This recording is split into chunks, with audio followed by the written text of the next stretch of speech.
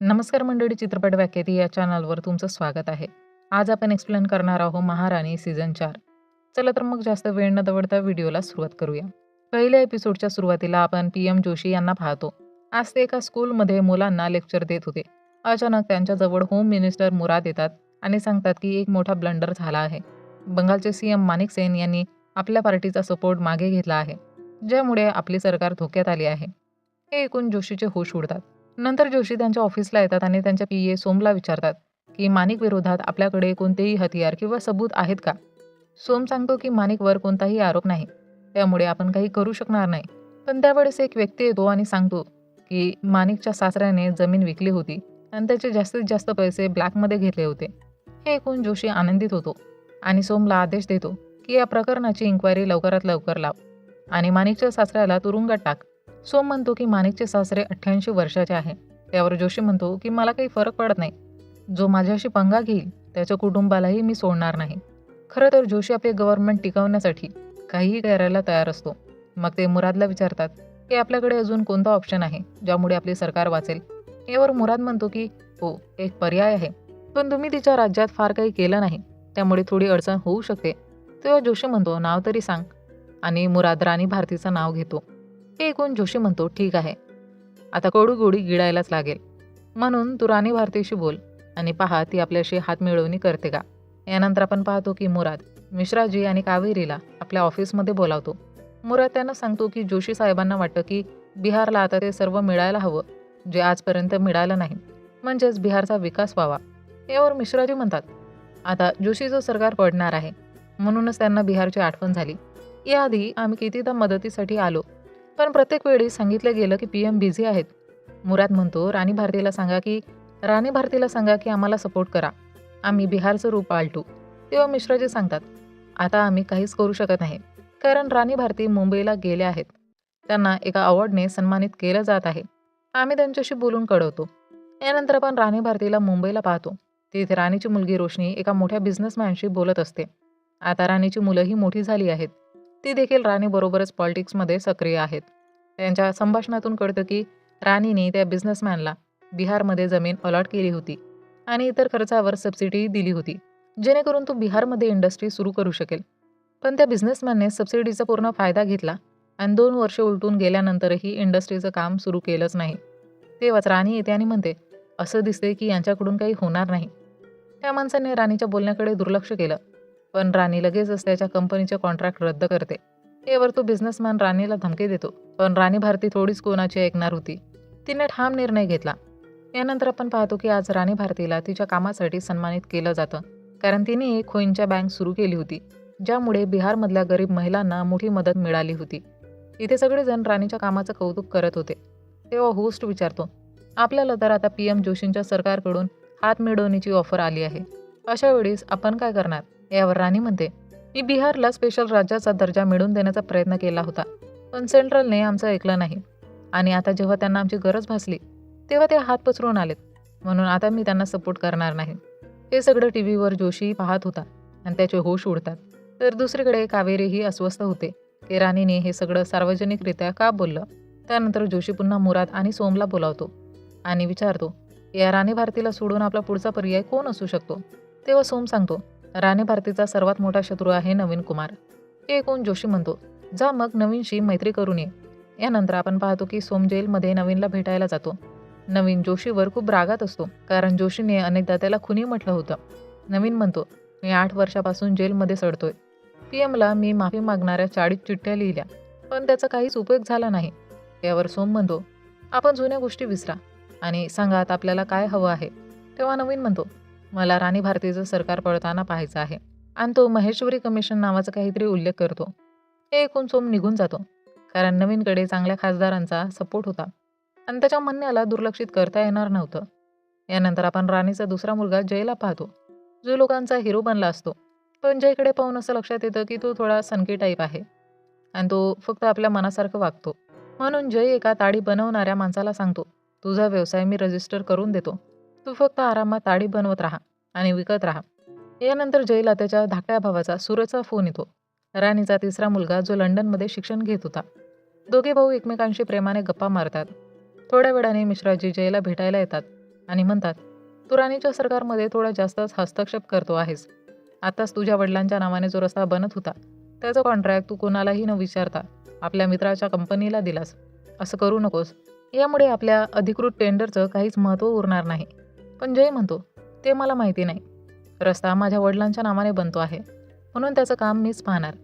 आईशी मी स्वतः बोलून घेईन. तुम्ही काळजी करू नका. हे ऐकून मिश्राजी शांत होतात. दुसरीकडे आपण राणी आणि कावेरीला पाहतो. कावेरी म्हणते, मॅडम तुम्ही सर्वांसमोर न विचारता असं का म्हणाला की आपण जोशींना सपोर्ट करणार नाही? त्यांनी तर बिहारला स्पेशल राज्य बनवण्याचा ऑफर दिला होता.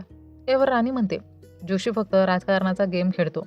तो 4 वर्षापासून PM आहे, पण कुठेही विकास केलेला नाही. बिहारला तर त्याने कायमच दुर्लक्षित केलं आहे. आता त्याला गरज भासली म्हणून तो आपल्याकडे आला आहे. पण जशीच त्याची गरज संपेल तो पुन्हा बिहारला कोपऱ्यात फेकेल. म्हणून मी त्याला साथ देणार नाही. तेव्हाच तिथे जय येतो आणि म्हणतो, माझी आई जे काही करते ते नेहमी योग्यच करते. जय खरं तर आपल्या आईचा सर्वात मोठा फॅन होता. दरम्यान जोशीने नवीनच्या सांगण्यावरून महेश्वरी कमिशनची फाईल पुन्हा उघडण्याचा आदेश दिला होता आणि आता ते लोक राणीचं सरकार पाडण्याचा प्लॅन आखत होते. पुढच्या दिवशी राणी मिश्राजींसोबत असताना ते जयबद्दल सांगतात. राणी म्हणते, त्याच्या वडिलांच्या नावाने रस्ता बनतो आहे तर तो बनू दे, पण जयने दुसऱ्या कोणत्याही गोष्टीत नाक उपसू नये. तेव्हाच रोशनी आत येते आणि TV चालू करते. बातम्यांमध्ये सांगितलं जातं की राणी भारतीवर महेश्वरी कमिशनची फाईल पुन्हा उघडण्यात आली आहे. म्हणून राणी भारतीवर आरोप ठेवला जातो की तिने गव्हर्नर गोवर्धन दास आणि इतर काही नेत्यांच्या खुनाची साखळी रचली होती. हे ऐकून सगळे थक्क होतात. राणी लगेचच समजते की हे सगळं जोशीचं कारस्थान आहे, कारण त्याला तिचं सरकार पाडायचं आहे. आता राणीवर केस चालणार असल्याने तिच्या सरकारवर नक्कीच परिणाम होणार. यानंतर रात्री आपण पाहतो की गौरीला जेलमधून सोडवलं जातं आणि त्याला जयच्या जवळ आणलं जातं. गौरी जयला सांगतो, तुझ्या सरकारला पाडायचा आयडिया नवीनने जोशीला दिला आहे, त्यामुळे नवीन आता जोशीला सपोर्ट करणार आहे. खरं म्हणजे गौरी आपला जीव वाचवण्यासाठी जयचा गुप्तहेर बनला होता. पण जयला हे माहिती नव्हतं की गौरी कोणत्या वेळी कोणता गेम खेळेल. हे कोणीच सांगू शकत नव्हतं. दरम्यान आपण कावेरीला मुरादच्या ऑफिसमध्ये पाहतो. ती मुरादला म्हणते, राणीच्या विरोधात कितीही इन्क्वायरी बसवा, पण लक्षात ठेवा राणी अशा गोष्टींना घाबरणार नाही आणि जर तिने आपला रंग दाखवला तर ती कोणाचंही सरकार पाडू शकते. यावर मुराद म्हणतो, तुमची राणी तर आज स्वतः जोशीला भेटायला गेली आहे. हे ऐकून कावेरी थक्क होते आणि विचारते, राणीने असं का केलं आणि मला काहीच सांगितलं का नाही? दुसरीकडे आपण राणीला जोशीच्या ऑफिसमध्ये पाहतो. राणी म्हणते, माझ्यावर इन्क्वायरी बसून काहीही होणार नाही. तेव्हा जोशी म्हणतो, माझ्याशी हातमिळवणी कर, बिहारचा विकास मी हमखास करून दाखवेन. तेव्हा राणी म्हणते, मला तुझे सारे डावपेच आधीच माहीत आहे आणि तू कधीही पलटी मारशील हे सांगता येत नाही. आणि राणी पुढे म्हणते, तुझी नवीन कुमारसोबत केलेली डील मला चांगलीच माहिती आहे, पण माझं सरकार पडणार नाही. हे ऐकून जोशी राणीची बेइज्जती करतो, कारण त्याला स्वतःच्या पंतप्रधान पदाचा खूप अभिमान असतो. राणी तिथून निघताना रोशनीला म्हणते की मला आता दिल्लीला जायचं आहे आणि पुढचे 8 वर्ष मी पंतप्रधानांच्या घरात राहणार आहे. हे ऐकून रोशनी थक्क होते, कारण तिची आई स्वतः पंतप्रधान होण्याचं स्वप्न पाहत असते. आणि इथेच एपिसोड 1 संपतो. दुसऱ्या एपिसोडच्या सुरुवातीला राणीने आपल्या सर्व मंत्र्यांना मीटिंगसाठी बोलावलं होतं. ती म्हणते की जोशी आपल्या विरुद्ध फाईल्स उघडून आपल्याला दबावाखाली आणण्याचा प्रयत्न करत आहे, जेणेकरून आपलं सरकार पाडता येईल. पण आता मी स्वतःच मुख्यमंत्री पदाचा राजीनामा देते आणि जोशीला त्याच्याच भाषेत उत्तर देते. हे ऐकून सगळे थक्क होतात आणि तिला थांबवण्याचा प्रयत्न करतात. म्हणतात की आपण असं मुख्यमंत्री पद सोडू नका. पण राणीने तर मनाशी ठरवलं होतं. ती म्हणते, आता तुम्हीच ठरवा की पुढचा मुख्यमंत्री कोण होणार. दरम्यान आपण नचिकेत नावाच्या एका मुलाला पाहतो, जो जोशीकडे येतो आणि त्याची आई जोशीशी बोलते. इथून आपल्याला समजतं की ही बाई जोशीची लवर आहे, पण ती पंतप्रधान कार्यालयात जोशीसोबत राहत नाही, जेणेकरून त्याच्यावर कोणतेही चुकीचे आरोप होऊ नये. तिथे जोशी नचिकेतकडून त्याच्या स्कायरोन नावाच्या कंपनीबद्दल विचारतो. नचिकेत जोशीला सांगतो की चेन्नई सरकार आपल्या कंपनीला सपोर्ट करत नाहीये. त्यावर जोशी म्हणतो, ठीक आहे, मी या बाबतीत काहीतरी करतो. दरम्यान जयकडे त्याचा मित्र ऋषी भेटायला येतो. ऋषीची कंपनी जयच्या मदतीने अनेक वेळा सरकारी कॉन्ट्रॅक्ट मिळवत असे, म्हणून तो जयला एक फॉर्च्युनर गिफ्ट देतो आणि म्हणतो, आता तर तू मुख्यमंत्री होणार आहेस. पण जय नकार देतो आणि म्हणतो, जोपर्यंत माझी आई जिवंत आहे तोपर्यंत मी मुख्यमंत्री होणार नाही. तर ऋषी त्याला समजावतो, तू एक चांगला मुख्यमंत्री होशील, सगळे आमदार तुझंच नाव घेतील. शेवटी जय ही मान्य करतो. यानंतर आपण पाहतो की कावेरी आणि मिश्राजी आमदारांना एकामागोमाग एक बोलू लागतात आणि विचारतात, तुमच्या मते मुख्यमंत्री कोण व्हायला हवं. त्यावर बहुतेक आमदार जयचं नाव घेतात. ऐकून मिश्राजी आणि कावेरी दोघेही आश्चर्यचकित होतात. तेवढ्यात आणखी एक आमदार येतो आणि म्हणतो, जयचा मित्र सर्व आमदारांना पैसे वाटतो आहे आणि त्यांना विभाग देण्याचा आमिष दाखवतो आहे. त्यामुळे सगळेच जयला मुख्यमंत्री बनवू इच्छितात. तो पुढे म्हणतो, माझ्या मते मिश्राजी मुख्यमंत्री व्हायला हवेत, कारण त्यांना सरकार कसं चालवायचं हे चांगलं माहिती आहे. हे ऐकून मिश्राजी म्हणतात, सरकार चालवणं माझ्या आवाक्याबाहेरचं आहे. पण कावेरी म्हणते, मलाही हेच वाटतं की मिश्राजी मुख्यमंत्री व्हावेत. हे ऐकून मिश्राजी विचारात पडतात. दरम्यान कोलकात्यात माणिक सेनचा मुलगा त्याला सांगतो, राणी भारतीने आपलं पद सोडलं आहे, त्यामुळे ती आता मोठ्या अडचणीत येईल. माणिक म्हणतो, राणी भारती काही छोटी खेळाडू नाही. तिने नक्की काहीतरी विचार करूनच हे पाऊल उचललं आहे.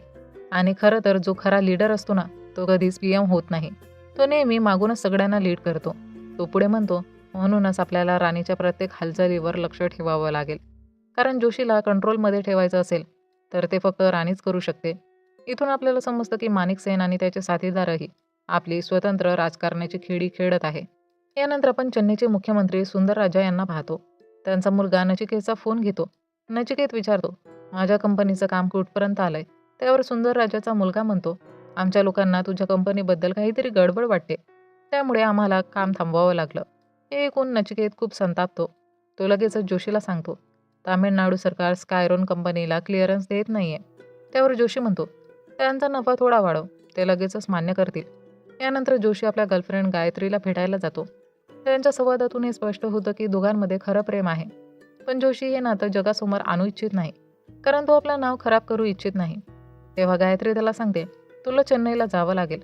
सुंदरराजाला स्वतः भेटून समजवावं लागेल, कारण कदाचित तोही आता तुझा सपोर्ट काढून घेण्याच्या विचारात असेल. ही गोष्ट जोशीलाही पटते. दरम्यान राणी भारतीकडे मिश्राजी येतात आणि सांगतात, ऋषी जयला मुख्यमंत्री बनवण्यासाठी आमदार खरेदी करत आहे. हे ऐकून राणी हादरते, कारण तिला वाटलं होतं की जय आपल्या पात्रतेवर मुख्यमंत्री होणार आहे. यानंतर राणी ही गोष्ट रोशनीसोबत चर्चा करते आणि विचारते की आता तिने काय करावं. त्यावर रोशनी म्हणते, तुला जो व्यक्ती योग्य वाटतो त्यालाच निवड. इथे घराणेशाहीचा विचार करू नकोस. यानंतर आपण पाहतो की जोशी आज चेन्नईमध्ये सुंदरराजाच्या घरी जेवायला येतो आणि तो काहीतरी मार्ग काढून सुंदरराजाला पटवतो की त्याने आपला सपोर्ट जोशीच्या पक्षातून काढू नये. दरम्यान बिहारमध्ये जोशीने सीबीआय ऑफिसरला राणी भारतीची चौकशी करण्यासाठी पाठवलं होतं. पण राणीचे समर्थक त्या ऑफिसरला घरात शिरूच देत नाही आणि ही गोष्ट बातम्यांवर झळकते. तिथेच हा खटला कोर्टातही चालू असतो. जज सगळी कागदपत्र पाहून निर्णय देतात की फक्त आरोपांच्या आधारे आपण कोणालाही जेलमध्ये टाकू शकत नाही. जोपर्यंत ते सिद्ध होत नाही की राणी भारतीने खून केला आहे, तोपर्यंत ती बाहेरच राहील. हे ऐकून सीबीआय अधिकारी परत निघून जातात. रात्री कावेरी राणीच्या घरी येते आणि सांगते, बहुतेक लोकांनी मिश्राजींसाठी मतं दिली आहे. सगळ्यांना वाटतं की तेच मुख्यमंत्री व्हावेत. पण जयला ही गोष्ट पटणार नाही आणि त्याचे समर्थक मिश्राजींना मुख्यमंत्री म्हणून मानणार नाही. त्यामुळे मॅडम आता तुम्हीच ठरवा काय करायचं. दुसऱ्या दिवशी ती सगळ्या मंत्र्यांना बोलवते आणि बिहारच्या विकासाबद्दल मोठं भाषण देते आणि मग शेवटी म्हणते, माझ्या जागी मुख्यमंत्री माझी मुलगी रोशनी बनेल. एक तास जय आणि मिश्राजी दोघंही थक्क होतात. अगदी कावेरीलाही या निर्णयाबद्दल काहीच माहिती नव्हती की राणी असा खेळ खेळणार आहे. आणि इथेच एपिसोड 2 संपतो. एपिसोड 3च्या सुरुवातीला कावेरी राणीसमोर बसलेली असते आणि म्हणते, तुमच्या मनात असतं तर तुम्ही मिश्राजींनाही मुख्यमंत्री बनू शकला असता. त्यामुळे एक उदाहरण सेट झालं असतं की परिवारवादच सगळं काही नसतं. पण तुम्ही तेच केलं जे भीमा भारतीने केलं होतं, तुम्हाला मुख्यमंत्री बनवून. त्यावर राणी शांतपणे उत्तर देते, जोपर्यंत मी कोणाला संधी देणार नाही तोपर्यंत मला कसं कळणार की कोण किती सक्षम आहे. आणि मी रोशनीच्या रूपात बिहारला एक नवी राणी भारती दिली आहे. हे सगळं रोशनी दुरून ऐकत असते आणि विचारात पडते की आता तिने काय करावं. दुसऱ्या दिवशी रोशनी जयकडे येते आणि म्हणते, माझ्या शपथविधी सोहळ्याला माझ्यासोबत चल. दुखी होऊ नकोस, मला खरंच माहिती नव्हतं की आई असं काही करणार आहे. जय शांतपणे उत्तर देतो, मला तुझ्याशी काहीही तक्रार नाही, पण आईने हे बरोबर केलं नाही. इथून स्पष्ट होतं की जय आपल्या आईवर नाराज आहे, कारण त्याला मुख्यमंत्री बनवलं गेलं नाही. यानंतर सगळे शपथविधी सोहळ्यात पोहोचतात, जिथे राणी भारतीने अनेक राज्याच्या मुख्यमंत्र्यांना आमंत्रित केलं होतं, जेणेकरून ती त्यांच्याशी संबंध मजबूत करू शकेल. हे सगळे जोशी टीव्हीवर पाहत असतो. दरम्यान जयची भेट रोशनीच्या मैत्रीण अदितीशी होते आणि दोघांची चांगली मैत्री जमते. लवकरच रोशनी मुख्यमंत्रीपदाची शपथ घेते आणि हे पाहून राणी भारतीच्या चेहऱ्यावर अभिमान आणि आनंद झळकतो. इकडे जोशी आपल्या माणसाला आदेश देतो, राणी भारती विरुद्ध एक ट्रेंड सुरू करा की तिने परिवारवादाला प्रोत्साहन दिलं आहे आणि यामुळे तिची बदनामी होईल. आणि अगदी तसंच होतं. सर्वत्र सोशल मीडियावर राणी आणि रोशनी यांना ट्रोल केलं जातं, ज्यामुळे रोशनी खूपच दुखावते. यानंतर रोशनी थेट मिश्राजींकडे जाते आणि म्हणते, मी इच्छिते की तुम्ही माझ्यासोबत काम करावं आणि मी तुम्हाला वित्तमंत्री बनवते. मिश्राजी थोडे आश्चर्यचकित होऊन विचारतात, ही गोष्ट राणीजींना माहिती आहे का? तेव्हा रोशनी ठामपणे उत्तर देते, मुख्यमंत्री मी आहे, त्यामुळे सरकार आता माझ्या पद्धतीने चालेल. हे ऐकून मिश्राजी मान्य करतात. इकडे राणी भारती आपल्या धाकट्या मुलाला सूर्याला भेटायला लंडनमध्ये येते. ती त्याच्याशी बराच वेळ बोलते आणि विचारते, तू भारतात परत कधी येणार? तेव्हा सूर्या म्हणतो, मी परत येणार नाही. माझं शिक्षण पूर्ण झाल्यावर मी इथेच नोकरी करेन. मला भारतात परत जाण्याची इच्छा नाही. हे ऐकून राणी खूप निराश होते. दरम्यान राणीने गौरीला पुन्हा तुरुंगातून सोडून घेतलं होतं. इकडे जोशी आगामी लोकसभा निवडणुकांसाठी आपल्या पक्षाचा प्रचार बिहारमधून सुरू करतो. रोशनी जेव्हा बिहारमधील शाळा आणि मुलांच्या शिक्षणाबद्दल माहिती घेत असते, तेव्हा तिला कळतं की केंद्र सरकारने बिहारचा निधी थांबवला आहे. कळतं की केंद्राने बिहारचा बराच निधी रोखून ठेवला आहे. कारण राणी भारतीने अनेक वेळा पंतप्रधान जोशीवर सार्वजनिकरित्या टीका केली होती. मिश्राजी रोशनीला सावध करतात. जोशी आणि राणी यांच्यातील संघर्ष आता उघड युद्धात बदललाय आणि याचा थेट परिणाम तुझ्या सरकारवर होऊ शकतो. म्हणून काहीतरी करावंच लागेल.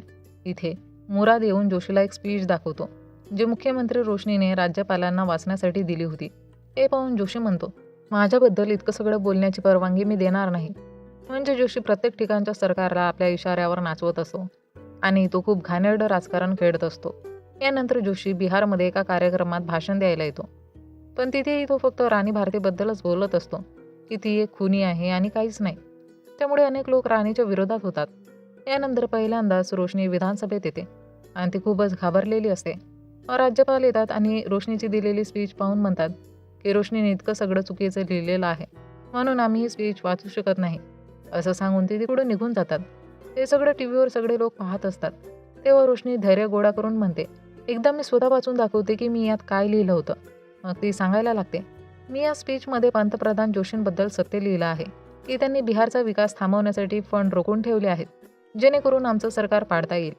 त्याचबरोबर रोशनी सांगते की जोशींनी नुकतंच एका ठिकाणी भाषण दिलं, जिथे त्यांनी राणी भारतीला खुनी म्हटलं, पण एकदाही बिहारच्या विकासाचा उल्लेख केला नाही. हे ऐकून सगळ्यांनाच वाटतं की रोशनी बरोबर बोलते आहे.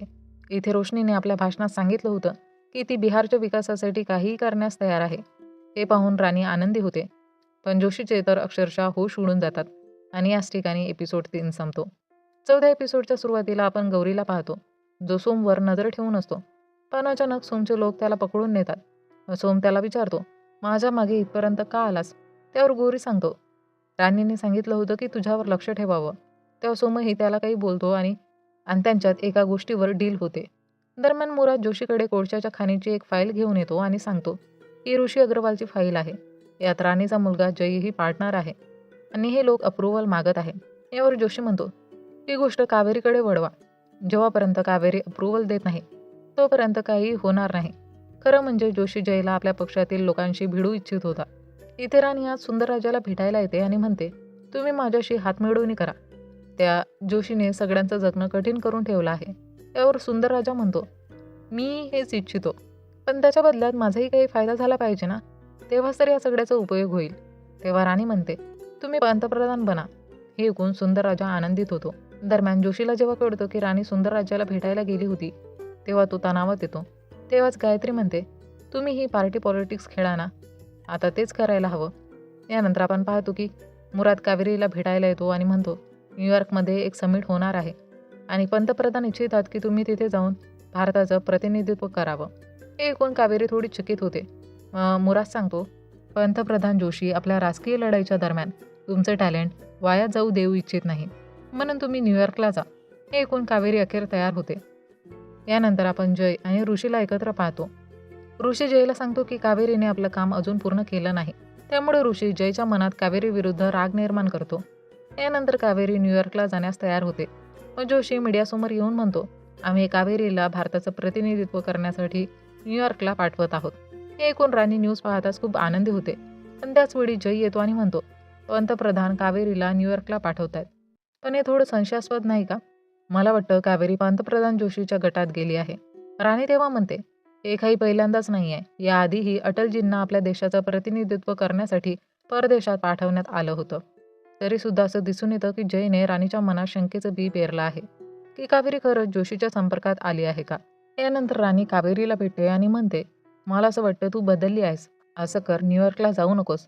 हे ऐकून कावेरी आश्चर्यचकित होते आणि मनात विचार करते की ही अशी का बोलतेय.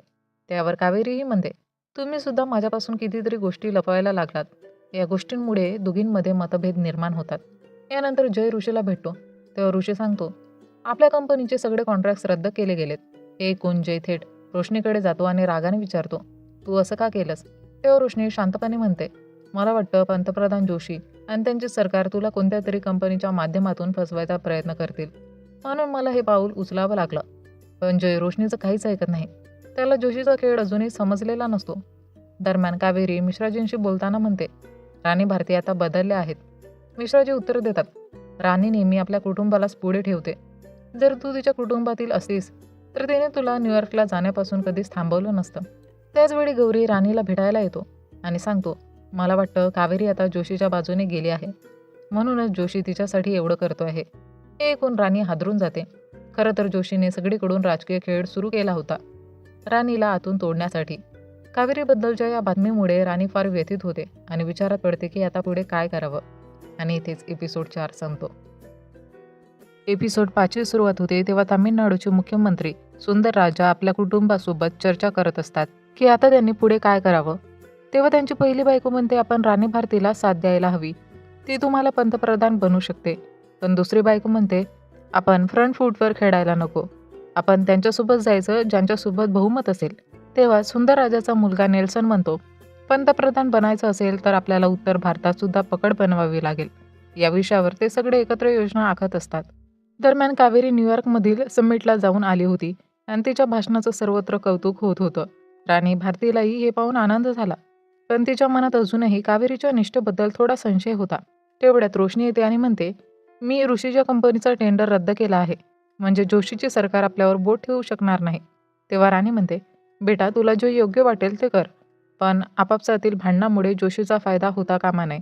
आपल्याला अजून मोठी लढाई लढायची आहे. दुसरीकडे जय आज उत्तर प्रदेशात परिक्रमा करायला आलेला असतो, पण पोलीस त्याची गाडी थांबवतात आणि म्हणतात, आत खूप गर्दी आहे, आपण आज जाऊ शकत नाही.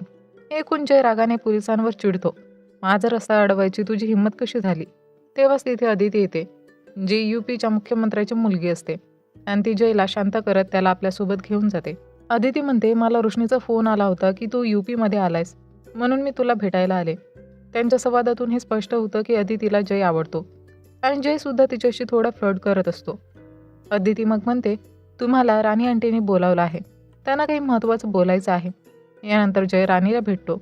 राणी विचारते, काय झालं रे जय, तू माझ्यापासून इतका दूर का राहतोस. जय शांतपणे म्हणतो, तुला सांगून काही फरक पडणार नाही. राणीला वाटतं की जय अजूनही मुख्यमंत्री न बनवल्यामुळे रागावलेला आहे. पण जय म्हणतो, मला सीएम होण्याचं आकर्षण नव्हतंच आई, पण मला कधी तू स्वतःला सिद्ध करण्याची संधी दिलीच नाही. ना मी सूर्यासारखा परदेशात शिकायला गेलो, ना मला सरकार चालवायची जबाबदारी मिळाली. मग मी माझी काबिलियत कशी दाखवू. हे ऐकून राणीच्या मनाला वाईट वाटतं की तिचा मुलगा आतून इतका त्रस्त आहे. ती म्हणते, आपल्याला आता केंद्र सरकारशी लढायचं आहे. मी एक अलायन्स तयार करण्याचा प्रयत्न करत आहे, म्हणून मी ठरवलंय बिहार रोशनी बघेल आणि तू दिल्ली बघ, आणि आतापासून तूच हे सांभाळशील. जय हे ऐकून मान्य करतो. दरम्यान पंतप्रधान जोशीला भेटायला अनेक राज्याचे नेते आलेले असतात, पण सुंदर राजा तिथे येत नाही. यामुळे जोशी चिंतेत पडतो. काय सुंदर राजा खरंच राणी भारतीच्या बाजूला तर गेला नाही ना. यानंतर आपण पाहतो की सुंदर राजा अनेक वर्षांनी पुन्हा अभिनय क्षेत्रात परतलेला असतो.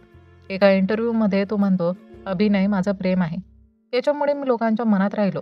खरं तर अभिनयाच्या बहाण्याने सुंदर राजा जोशीपासून अंतर ठेवत होता आणि हा इंटरव्ह्यू जोशी स्वतः टीव्हीवर पाहत असतो. यानंतर गौरीशंकर मुरादला भेटायला येतो. तेव्हा सोम विचारतो, आजकाल राणी काय करते. त्यावर गौरी सांगतो की राणी जोशीला खुर्चीवरून हटवण्यासाठी अलायन्स शोधत आहे. हे ऐकून मुराद म्हणतो, ती काय करणार आहे.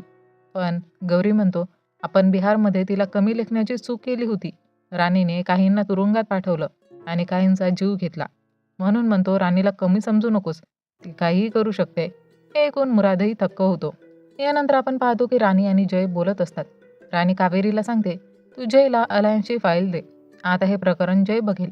हे ऐकून कावेरी फाईल तर देते, पण तिच्या मनाला खूप वाईट वाटतं. तिला मिश्राजींचं बोलणं आठवतं.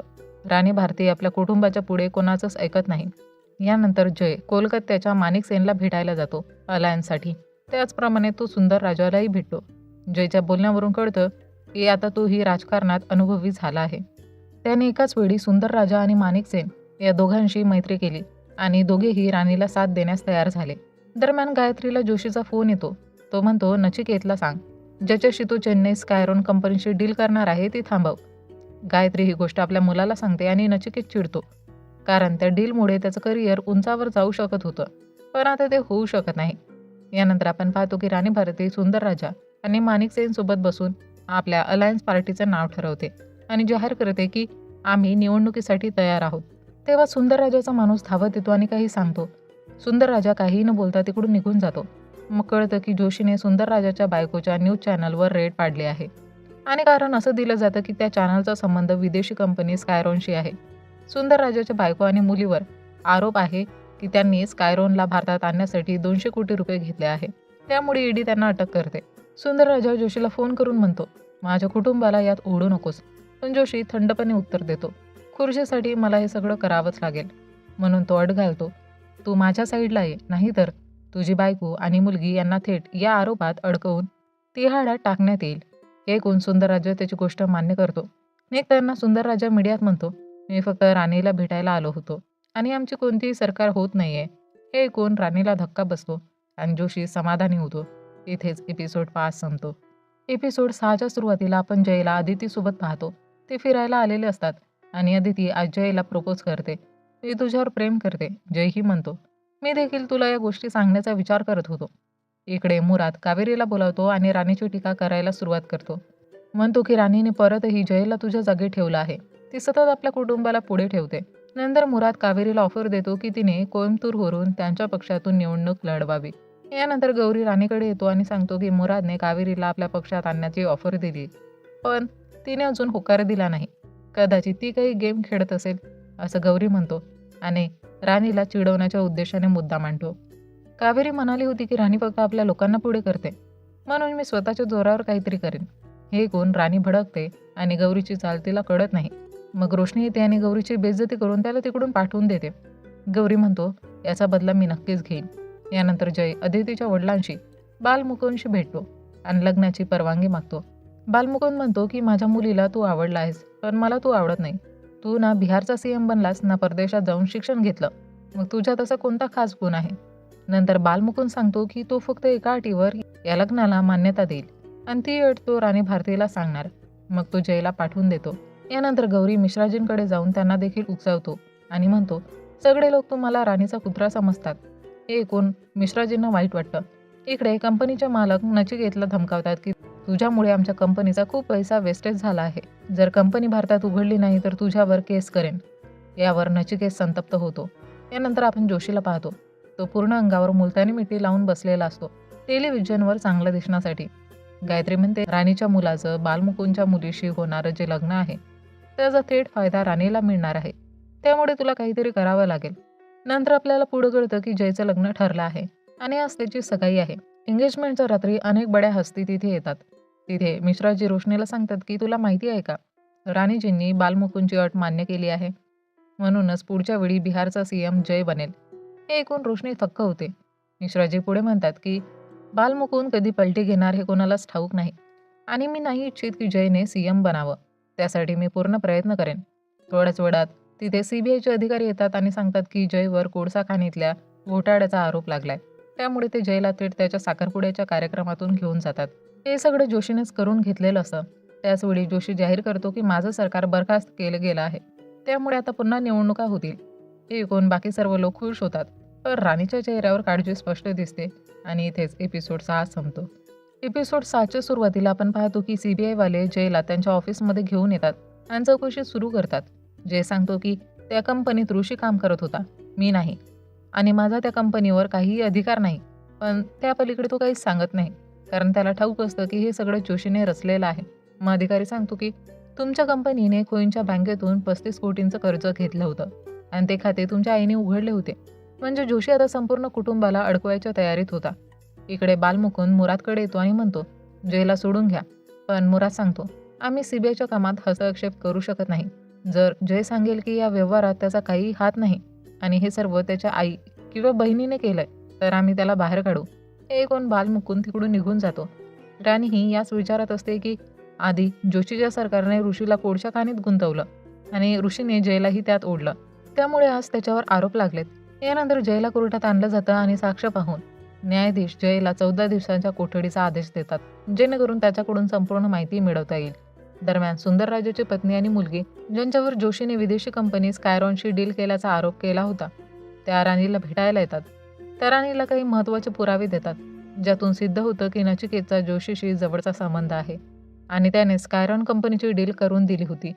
सुंदरराजाची पत्नी सांगते की सुंदरराजानेच आम्हाला तुमच्याकडे पाठवलंय, कारण जोशीने आम्हाला खूप त्रास दिलाय. आता तुम्हीच त्याला धडा शिकवू शकता. आता राणी आणि रोशनी विचार करतात की नचिकेत आणि स्कायरॉनचं कनेक्शन सार्वजनिक कसं करायचं आणि जोशीला नचिकेत इतका खास का वाटतो, कारण तो प्रत्येक मोठ्या डीलमध्ये नचिकेतला सामील करतो. तेव्हा दोघं सूर्याची मदत घेतात. सूर्या हॅकिंगच्या मदतीने शोध लावतो की नचिकेतने स्कायरॉनला भारतात आणण्यासाठी प्रचंड पैसा खाल्लाय. हे सगळे पुरावे रोशनी अनेक राज्यांच्या मुख्यमंत्र्यांपर्यंत पोहोचवते, जेणेकरून सगळेजण जोशीला प्रश्न विचारतील, कारण या घोटाळ्यात जोशीचं नाव थेट जोडलेलं असतं. पण जोशी स्वतःच्या विजयासाठी लोकांसमोर भाषण देण्यात व्यस्त असतो. मी भ्रष्टाचारमुक्त भारत घडवेन असं तो म्हणत असतो.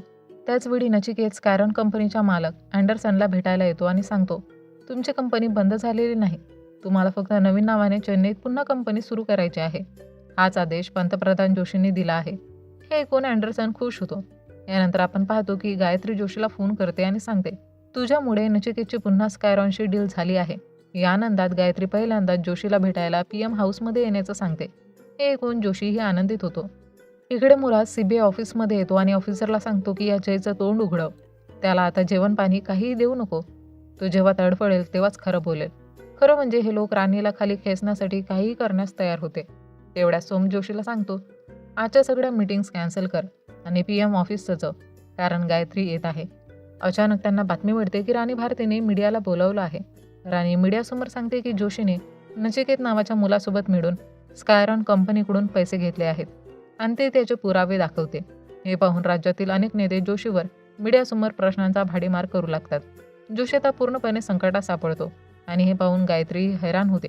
रात्री राणीचा जोशीला फोन येतो. राणी म्हणते, मला माहिती आहे की तुझं आणि गायत्रीचं नातं काय आहे, पण मी ही गोष्ट मीडियामध्ये सांगितलेली नाही. पण माझा मुलगा जर जेलमधून परत आला नाही तर जगाला तुमचं नातं कळेल. हे ऐकून जोशी ताबडतोब जयला जेलमधून सोडवतो. जयला पाहून राणीला दिलासा मिळतो.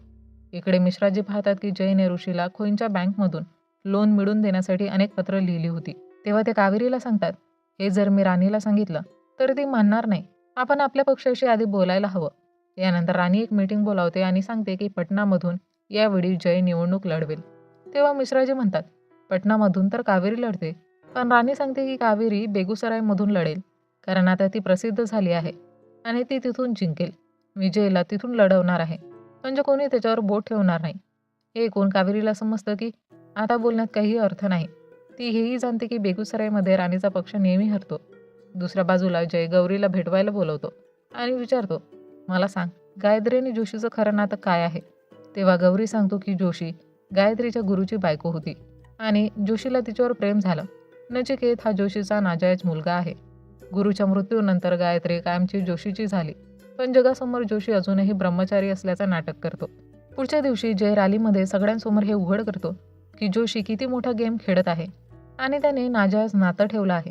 हे ऐकून जोशीच्या पायाखालची जमीन सरकते, कारण आता पूर्ण जगाला त्याचं खरं रूप समजलं आहे. जोशीचे लोक हे सगळं भाषण सर्व ठिकाणांहून हटवण्याचा प्रयत्न करतात आणि इथेच एपिसोड 7 संपतो. एपिसोड 8ची सुरुवात होते निवडणुकीच्या निकालाच्या दिवशी. सगळे उत्सुक असतात की कोणाचे सरकार बनेल. निकाल जाहीर होतो. जोशीचं सरकार आघाडीवर आहे, पण सत्ता मिळवण्यासाठी त्यांना अजून 40 जागांची गरज आहे. हे ऐकून राणी खुश होते, कारण आता जर त्यांनी ठरवलं तर सत्ता त्यांच्याही हातात येऊ शकते. तेव्हा सर्व राज्यांचे नेते एकत्र बसतात आणि चर्चा करतात की आपण इतरांकडून सपोर्ट घेऊन सरकार बनवायचं का, की एक स्ट्रॉंग विरोधक म्हणून बसायचं. अर्धे लोक सरकार बनवण्याच्या बाजूने बोलतात, पण राणीला माहिती असतं की अशा पद्धतीने सरकार कधीही पडू शकतं. इकडे कावेरी पुन्हा मुरादच्या संपर्कात असते आणि मुराद अजूनही तिला राणीच्या विरोधात भडकवत असतो. इकडे मिश्राजींना गौरी सतत भडकवत होता आणि आता तेही त्याच्या बोलण्यात येऊ लागले होते, कारण मिश्राजी कधीच इच्छित नव्हते की जय मुख्यमंत्री व्हावा. दुसरीकडे रोशनी आईला म्हणते, बिहार जयला दे ना, पण राणी म्हणते, बिहार तूच सांभाळशील. राणी मग जयला सुंदर राजा आणि माणिक सेन यांच्याकडून सपोर्ट घेण्यासाठी पाठवते, जेणेकरून त्यांचे सरकार केंद्रात येऊ शकेल. जय सुंदर राजाकडे जातो आणि डील करतो. राणी भारती पंतप्रधान होतील आणि तुम्हाला डेप्युटी PMचं पद मिळेल. सुंदर राजा म्हणतो, ठीक आहे, माझ्याकडे 39 खासदार आहेत. प्रत्येकाला 20 कोटी रुपये पोहोचव. मग ते तुला सपोर्ट करतील. जय ही मान्य करतो. दरम्यान सोम सांगतो की जय सुंदर राजाला भेटायला गेला आहे. हे ऐकून जोशी काहीतरी विचार करू लागतो. थोड्याच वेळाने जय राणीला फोन करून सांगतो, तयारी कर, तू PM बनणार आहे. मी सुंदर राजासोबत डील करून घेतली आहे. हे ऐकून राणी खूप खुश होते. प्रत्यक्षात जय पैशांची जुळवाजुळव करण्यासाठी बाहेर पडला होता. तो सरळ ऋषीला भेटतो आणि विचारतो, पैशांचं काय झालं? ऋषी म्हणतो, इतका मोठा पैसा एकदम मिळणं शक्य नाही. हे ऐकून जय संतापतो. मी तुला 1000 कोटी रुपये कमवून दिले. त्यातून तू मला 350 कोटीही देऊ शकत नाहीस का? तेव्हा ऋषी रागाने म्हणतो, सरकारने तुझ्यामुळे माझं आयुष्य नरक बनवलंय. त्यापेक्षा मी मेलेलं बरं. तो बंदूक काढतो आणि स्वतःला मारायला जातो. पण जय त्याच्याकडून बंदूक हिसकावतो आणि झटापटीत गोळी सुटते. गोळीचा आवाज ऐकून गार्ड आत धावतात. इकडे राणी जयची वाट बघत असते, कारण तिला बहुमत मिळाल्यावर PM पदासाठी दावा करायचा असतो. पण तेवढ्यात रोशनीला फोन येतो आणि तिला समजतं की सुंदर राजा आणि माणिक सेन जोशीच्या बाजूला गेले आहेत. म्हणजे जोशी पुन्हा पंतप्रधान झाला होता. हे ऐकून राणी हादरून जाते. ती लगेच विचारते, जय कुठे आहे? पण कोणालाच माहिती नसतं. राणी मग आपल्या पक्षातील नेत्यांना भेटायला जाते, पण कोणीही तिचा फोन उचलत नाही. तेव्हा तिला समजतं की मिश्राजी आणि कावेरी यांनी सगळ्यांना आपल्या बाजूला केलं आहे. कारण आता कोणीही जयला बिहारचा CM बनवू इच्छित नव्हतं. पण कोणालाच हे माहिती नव्हतं की राणी अजूनही रोशनीला CM ठेवू इच्छित होती. हे सगळं पाहून राणी शांतपणे तिकडून निघून जाते. पुढच्या दिवशी जोशी पंतप्रधान पदाची शपथ घेतो आणि त्याने कावेरी व बालमुकुंद यांनाही आपल्या पक्षात ठेवण्यासाठी पदं दिली होती. त्याचवेळी पोलिसांना एका इमारतीतून जय आणि ऋषीचे मृतदेह सापडतात. हे ऐकून राणी ढसाढसा रडते आणि जयचा अंतिम संस्कार केला जातो. आपल्या भावासाठी सूर्याही भारतात परत येतो. पण राणीला अजिबात समजत नाही की हे सगळं घडलं तरी कसं. पोलीस सांगतात की पैशांच्या वादात ऋषी आणि जय यांच्यात भांडण झालं आणि आधी ऋषीने जयला गोळी मारली आणि नंतर स्वतःलाही. यानंतर आपण पाहतो की गौरी बिहारचा नवीन राज्यपाल बनतो आणि समजतं की त्याने आधीपासूनच जोशीशी हातमिळवणी केली होती राणीला संपवण्यासाठी. तेव्हा तारकेश्वर येतो आणि म्हणतो, आता नवीन कुमारला जेलमधून बाहेर काढा, कारण PM जोशीने वचन दिलं होतं. गौरी म्हणतो, आता मी लगेचच गव्हर्नर बनल्यावर त्याला बाहेर काढलं तर माझ्यावर प्रश्न उठतील, म्हणून मी ते करणार नाही. हे ऐकून तारकेश्वर निघून जातो, कारण त्याला माहिती होतं की गौरी काहीही करू शकतो. दरम्यान समजतं की रोशनीलाही तुरुंगात टाकण्यात आलंय, कारण खोईंच्या बँकेत ज्या 35 कोटींचा गबन झाला त्यातून जयचं नाव काढून रोशनीचं नाव टाकलं गेलं आहे. त्यामुळे आता मिश्राजींना मुख्यमंत्री बनवण्यात आला आहे. त्यामुळे जोशी पंतप्रधान बनल्यानंतर गायत्रीशी लग्न करतो आणि तिला PM हाऊसमध्ये आणतो. आता सूर्या रोशनीला जेलात भेटायला येतो आणि सांगतो, दीदी मी लंडनला परत जात आहे. इथलं सगळं संपलं आहे. तर रोशनी म्हणते, तू जा आणि तुझं लाईफ जग, आम्ही इथे सगळं सांभाळून घेऊ. सूर्या निघताना आधी तिला भेटायला येतो. नंतर सूर्या आपल्या आईला सांगतो की तो परत जाणार नाही. हे ऐकून राणी आनंदित होते आणि आपल्या मुलाला मुखियाची पगडी घालते. मग सूर्या राणीला जयचं पोस्टमॉर्टम रिपोर्ट दाखवतो आणि सांगतो की आदितीने सांगितलं आहे की दादाचा खून ऋषीने केला नाही, त्याला प्लॅन करून मारण्यात आला आहे. शरीरावर विविध ठिकाणी जखमा होत्या. ही रिपोर्ट कोणी बाहेर पडू दिली नाही. पण नंतर अदितीने आपल्या सोर्सच्या मदतीने ती रिपोर्ट बाहेर काढून दिली. हे ऐकून राणी चकित होते. नंतर गायत्री जोशीसोबत राणीला भेटायला येते आणि ती त्याला बोलते, आपण जर आता तिला भेटलो तर लोकांना समजेल की तुझ्याशी टक्कर घेणं किती धोकादायक आहे. यानंतर ते राणीला भेटतात. राणी सर्वांना छान पद्धतीने भेटते आणि म्हणते, माझ्या कुटुंबावर काही लोकांनी नजर ठेवली होती, त्यामुळे मी त्यांना संपवलं. आणि पुढे ती ठामपणे बोलते, ज्याने माझ्या मुलाला मारला आहे मी त्याला सोडणार नाही. गायत्री प्रश्न करते, तुझ्या मुलाला तर ऋषीने मारलं होतं ना, पण तो तर आता मेला आहे. राणी उत्तर देते, नाही, माझ्या मुलाला कुणीतरी प्लॅन करून मारला आहे. मी पोस्टमॉर्टम रिपोर्ट पाहिला आहे. डोक्यापासून कमरेपर्यंत त्याच्या शरीरावर जखमा होत्या आणि त्याला मारण्यापूर्वी इलेक्ट्रिक शॉक सुद्धा देण्यात आले होते. हे ऐकून जोशी धक्क्यात जातो. राणी जोशीकडे पाहून म्हणते, आता मला सरकार नको, फक्त जयच्या मृत्यूचा बदला घ्यायचा आहे. आणि जर या खुनात तुझा हात असला तर मी तुझी अवस्था जयपेक्षाही वाईट करेन. हे ऐकून गायत्री जोशीला घेऊन तिकडून निघून जाते. जोशी घाबरून जातो. निघताना जोशी म्हणतो की जयचा खुनात माझा काही हात नाही. यानंतर आपण पाहतो की जयचा खून कोण करू शकतं. एक पहिलं नाव होतं बालमुकुंद, दुसरं मिश्राजी आणि तिसरं गौरीबाबू. आणि मंडळी, यासोबतच इथं सीझन 4 संपतो. तर मंडळी, आता सीझन 5 मध्ये समजेल की शेवटी जयचा खून कोणी करवला होता आणि राणी त्याचा कसा बदला घेते. तुम्हाला ही सिरीज कशी वाटली ते कमेंट करून नक्की सांगा. आणि हो, व्हिडिओ आणि एक्सप्लेनेशन आवडल्यास व्हिडिओला लाईक करा आणि चॅनलला सबस्क्राईब करायला विसरू नका. चला तर मंडळी, भेटूया लवकरच एका नवीन व्हिडिओमध्ये. तोपर्यंत टाटा, बाय बाय.